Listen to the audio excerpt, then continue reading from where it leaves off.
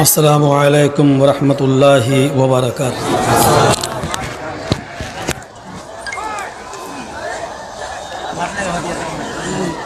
الحمد للہ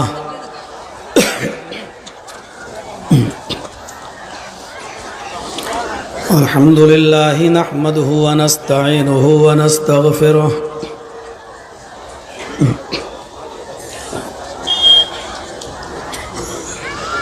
ونعوذ باللہ من شرور انفسنا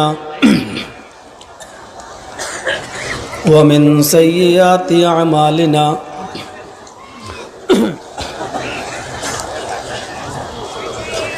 من يهده الله فلا مضل له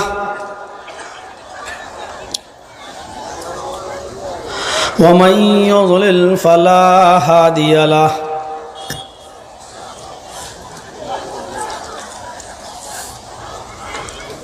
وأشهد أن لا إله إلا الله وحده لا شريك له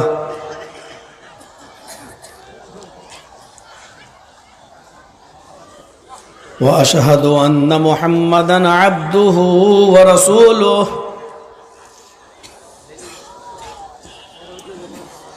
أما بعد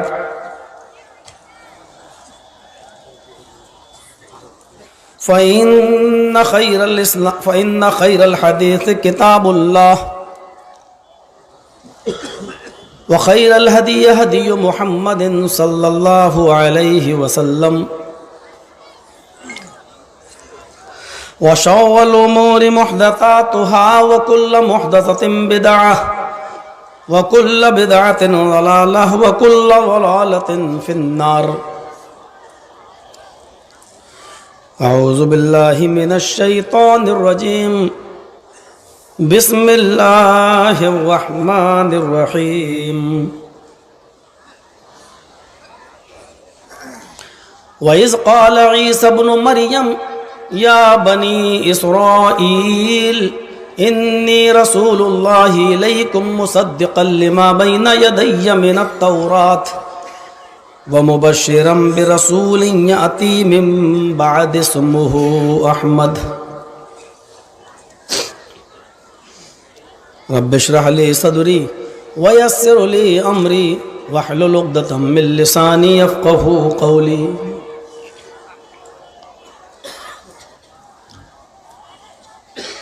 معزز علماء کرام،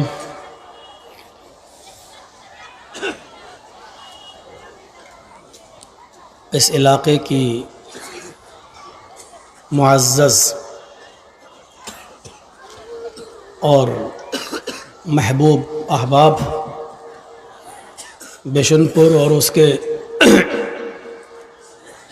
قرب و جوار سے، اطراف و اکناف سے تشریف لانے والے اور اس اجلاس میں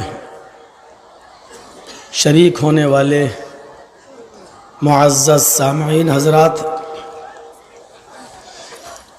پردے میں بیٹھی ہوئی اسلامی خواتین اور بہنوں، قوم و ملت کے لائق ور نوجوانوں اور مستقبل کے ہونہار عزیز بچوں،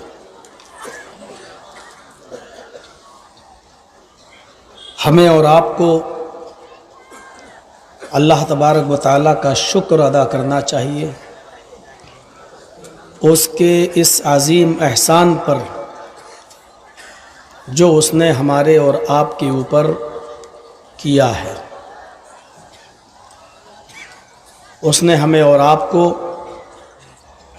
مذہب اسلام کی دولت سے مالا مال کیا ہے۔ اس نے ہمیں اور آپ کو جناب محمد الرسول اللہ صلی اللہ علیہ وسلم کا امتی ہونے کا شرف بخشا ہے۔ اس نے ہمیں اور آپ کو قرآن کریم جیسی ایک مقدس کتاب عطا فرمائی ہے، جس نے ہمیں اور آپ کو مسلمان بنایا ہے۔